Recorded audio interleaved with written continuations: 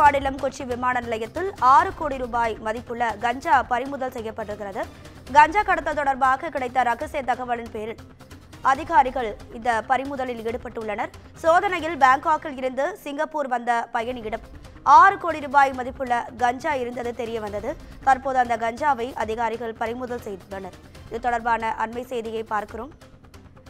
கஞ்சா கடத்தல் தொடர்பாக கிடைத்த ரகசிய தகவலின் பேரில் சுங்கத்துறை அதிகாரிகள் சோதனையில் ஈடுபட்டனர். சோதனையில் பாங்காக்கில் இருந்து சிங்கப்பூர் வழியாக வந்த பயணியிடம் கஞ்சா பறிமுதல் செய்யப்பட்டுள்ளது.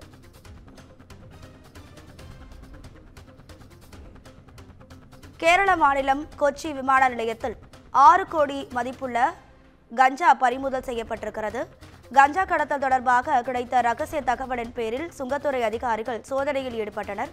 சோதனையில் பாங்காக்கில் இருந்து சிங்கப்பூர் வழியாக வந்த பயணியிடம் கஞ்சா பறிமுதல் செய்யப்பட்டுள்ளது. பெட்டியில் மறைத்து வைத்து கஞ்சாவை கடத்தி வந்ததாக ஜலீஷ் ஜாஸ்மின் என்பவர் கைது செய்யப்பட்டிருக்கிறார். அவரிடமிருந்து 6 கோடி மதிப்புள்ள கஞ்சா பறிமுதல் செய்யப்பட்டுள்ளது.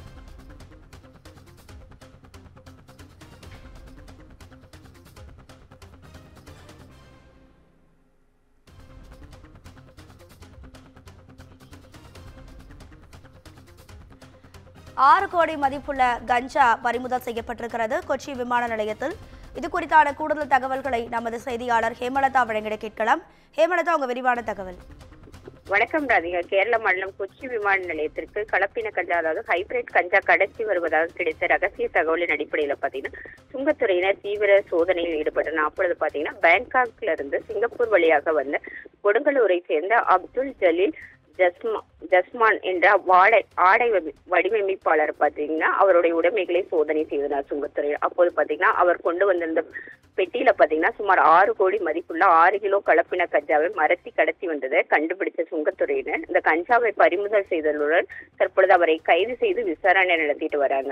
மேலும் பாத்தீங்கன்னா இந்த கஞ்சாவை ஏர்போர்ட்டுக்கு வெளியில இருந்து அவர்கிட்ட வாங்குவதற்காக ஒரு குழு வந்ததாகவும் அந்த குழுவினரை தற்பொழுது சுங்கத்துறையினர் விசாரணை நடத்தி தேடி வருகின்றனர். இந்த கஞ்சா கடத்தலில் ஈடுபட்ட சம்பவம் பாத்தீங்கன்னா கொச்சி விமான நிலையத்தில் ஒரு பரபரப்பான சூழ்நிலை ஏற்பட்டிருக்குன்னு சொல்லலாம்.